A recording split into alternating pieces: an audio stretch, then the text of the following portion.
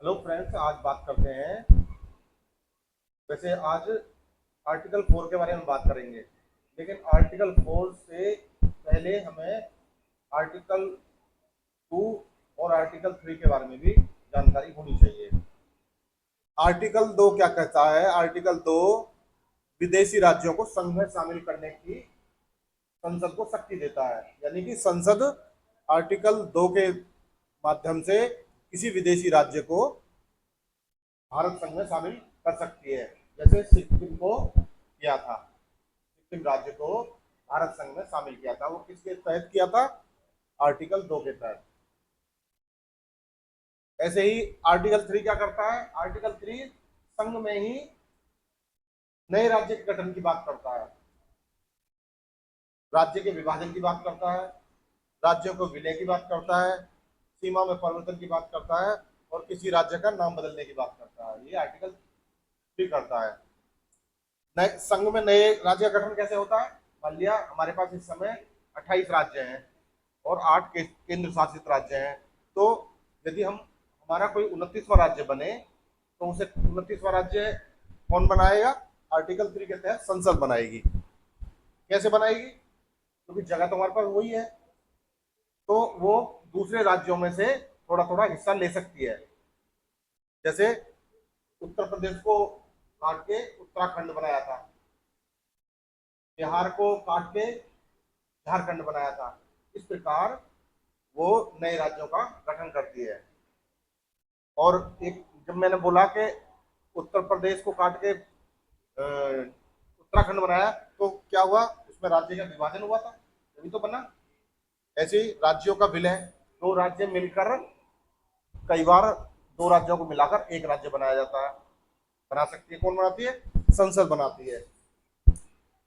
राज्य सीमा में बदलाव हो ही जाता है। जब दो राज्य बनाएंगे या तीन राज्य बनेंगे एक राज्य से, तो सीमा में अपना ऑटोमेटिक परिवर्तन हो जाएगा। और उसे किसी राज्य का नाम बदलना, और किसी राज्य का नाम भी बदला जा सकता है। कौन बदलता है? संसद बदलती है आर्टिकल 3 के तहत। जैसे जब शुरू शुरू में सन 2000 में उत्तर प्रदेश को काट के उत्तर प्रदेश का विभाजन करके उत्तरांचल नाम का राज्य बनाया था। उत्तरांचल, वो 2006 तक तो उत्तरांचल रहा था, लेकिन वहां के लोगों ने मांग की कि नहीं जी, हम तो, हमारे राज्य का नाम तो उत्तराखंड होना चाहिए। तो उसका नाम फिर आर्टिकल 3 के तहत ही उत्तराखंड रख दिया गया, जो आज हम उत्तराखंड के रूप में से देखते हैं। वो पर्वतीय राज्य है। और शेड्यूल 1 में क्या आता है? ये अनुसूची होती है। अनुसूची 1 में क्या आता है? हमारे देश में जितने राज्य हैं और कितने केंद्र शासित राज्य हैं उनकी सूची है। जैसे इस समय 28 राज्य हैं, आठ आठ केंद्र शासित राज्य हैं, इनकी इसमें सूची है। ऐसे ही शेड्यूल 4 में, यानी अनुसूची 4 में क्या है?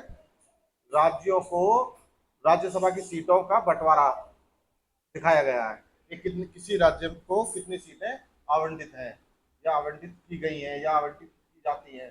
ये शेड्यूल 4 में होता है। तो अब हम आर्टिकल 4 की बात कर रहे थे। आर्टिकल 4 क्या कहता है? आर्टिकल 4 इन चारों, मतलब दो आर्टिकल के बारे में बात करता है, दो शेड्यूल के बारे में बात करता है।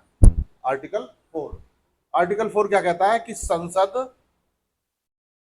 आर्टिकल 4 कहता है कि संसद जब आर्टिकल 2 और आर्टिकल 3 के लिए कानून बनाती है, तो वह आवश्यकता अनुसार शेड्यूल 1 और शेड्यूल 4 में भी संशोधन कर सकती है। संशोधन क्यों करना पड़ता है? अब इसके बारे में हमें पता होनी चाहिए। अब जैसे मान लिया विदेशी राज्य कोई हमारा आया, हमारे संघ में शामिल हुआ, तो उसके लिए क्या होगा? उसे हमें शेड्यूल 1 में भी तो उसका नाम लिखना पड़ेगा, उसका नाम दर्ज करना पड़ेगा शेड्यूल 1 में। इसलिए यहाँ भी आवश्यकता अनुसार संशोधन करना पड़ता है। उसी तरह जब नया राज्य आया तो नए राज्य के लिए राज्यसभा की सीटें भी चाहिए, तो शेड्यूल 4 में भी आवश्यकता अनुसार संशोधन किया जाता है। ऐसे ही संघ में नए राज्य का गठन, हमारे पास मान लिया 28 राज्य है इस समय, और हमने 4 राज्य और बना लिए, तो 4 राज्यों की सूचना कहाँ देनी पड़ेगी? शेड्यूल 1 में देनी पड़ेगी। और जब 4 राज्य बन जाएंगे तो उसे हमें राज्यसभा की सीटें भी आवंटित करनी पड़ेंगी, तो यहाँ भी संशोधन करना पड़ेगा। इस तरह हम कह सकते हैं कि संसद आर्टिकल 2 और आर्टिकल 3 के तहत कानून बनाती है, तो वह आवश्यकता अनुसार शेड्यूल 1 और शेड्यूल 4 में भी संशोधन करती है। और वह संशोधन संविधान संशोधन नहीं होता, जो आर्टिकल 368 के तहत होता है, वह एक साधारण संशोधन होता है। तो आपको हमारे ये जानकारी कैसी लगी?